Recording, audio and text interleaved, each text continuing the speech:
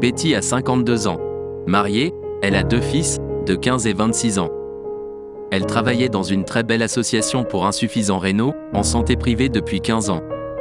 Infirmière en hémodialyse, référente en éducation thérapeutique du patient, elle est aussi certifiée à d'autres méthodes alternatives de soins, PNL, EFT, hypnose, réflexologie, sophrologie, conseillère en diététique et naturopathie.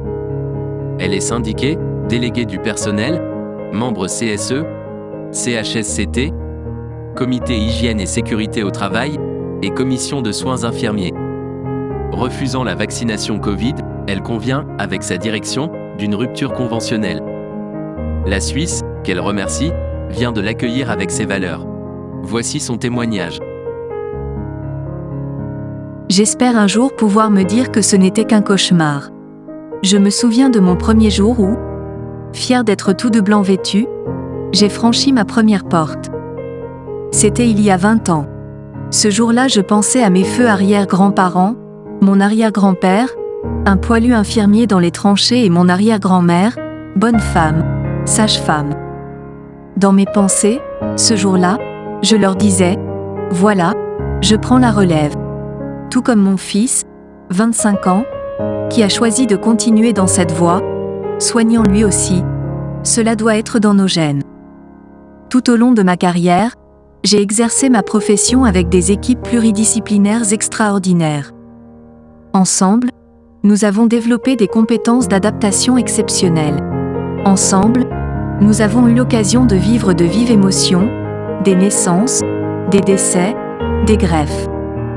Ensemble, à l'île de la Réunion en 2005 et 2006, nous avons surmonté l'épidémie de chikungunya. Ensemble, nous avons soigné des maladies ou traumas de toutes sortes, des BMR, bactéries multirésistantes. Ensemble, nous avons pansé des plaies, physiques ou morales. Nous avons accompagné nos semblables sur tous leurs maux, par une main posée, un regard, un silence, qui signifiait « Je suis là, je vous accompagne ». Ensemble, nous avons mis tout notre potentiel d'écoute pour nos patients, leurs familles. Nous avons adapté le ton de notre voix à chacune des situations, auprès de chacun, afin d'optimiser notre relation d'aide. Ensemble, nous avons changé nos plannings au pied levé. Pour les besoins du service. Pour les besoins des établissements de santé. Et toujours dans l'intérêt de nos patients. Tous. Nous n'avons pas attendu une crise sanitaire pour savoir-être. Nous n'avons pas attendu une crise sanitaire pour savoir-faire. Nous n'avons pas attendu une crise sanitaire pour appliquer des mesures ou protocoles sécuritaires, puisque c'est la base de notre profession. En revanche, cette crise sanitaire nous a fait perdre nombre de nos valeurs. Où est notre déontologie ? Où est notre secret médical ? Où est notre consentement libre et éclairé ? Où est le respect aux droits du patient ? À ses croyances ?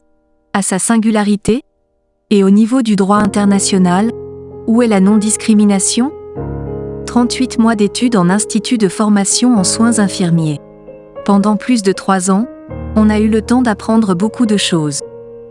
35 heures par semaine, cours plus stage, contrôle continu, mise en situation professionnelle avec 2 cadres notant chaque détail, nous éliminant à chaque petite faute d'hygiène. Oui, l'école d'infirmière est très dure. Et oui, nous étions prêts à affronter n'importe quel virus, parce que nous sommes formés à nous adapter et à appliquer protocole sur protocole, mesures d'hygiène, mesures barrières.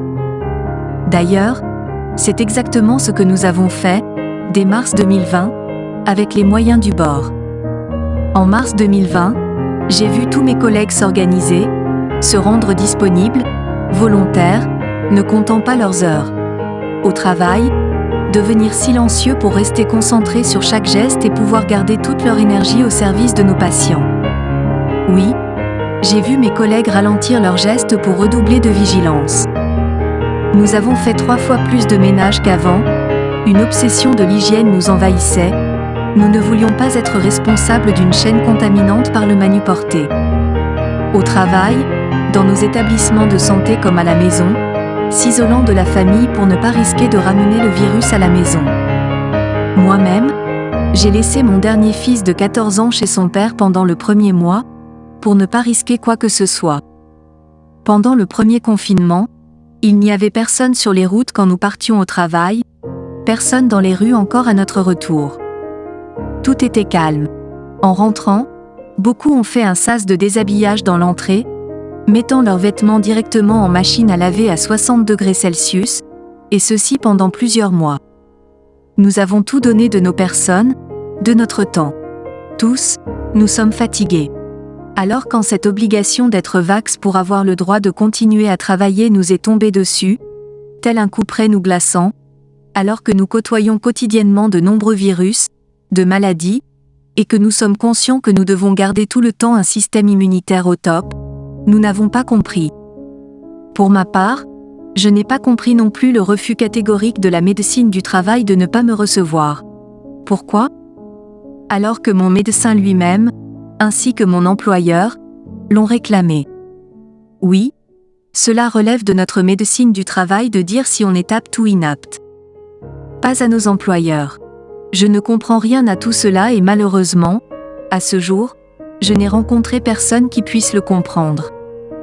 J'ai rencontré de nombreux soignants suspendus, ou en arrêt maladie, ou encore démissionnaires de leur poste. À l'unanimité, il en ressort une très grande souffrance, parce que oui, cette pression et cette culpabilité que l'on veut nous faire porter sont insupportables, inhumaines.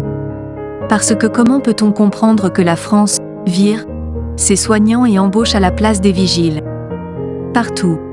Comment peut-on accepter que la France vire des pompiers, médecins spécialisés, médecins généralistes, kinés, sages-femmes, puéricultrices, infirmiers, aides-soignants, ASH, secrétaire médical, technicien, aide médico-psychologique, éducateur, laborantin, ophtalmo, opticien. Pardonnez-moi si j'en oublie. Et on nous accuse, nous, d'être des personnes irresponsables ? Un monde à l'envers et ce monde-là ? Non, personnellement je n'en veux pas. J'espère un jour pouvoir digérer ce que la France fait à tous ses professionnels de santé.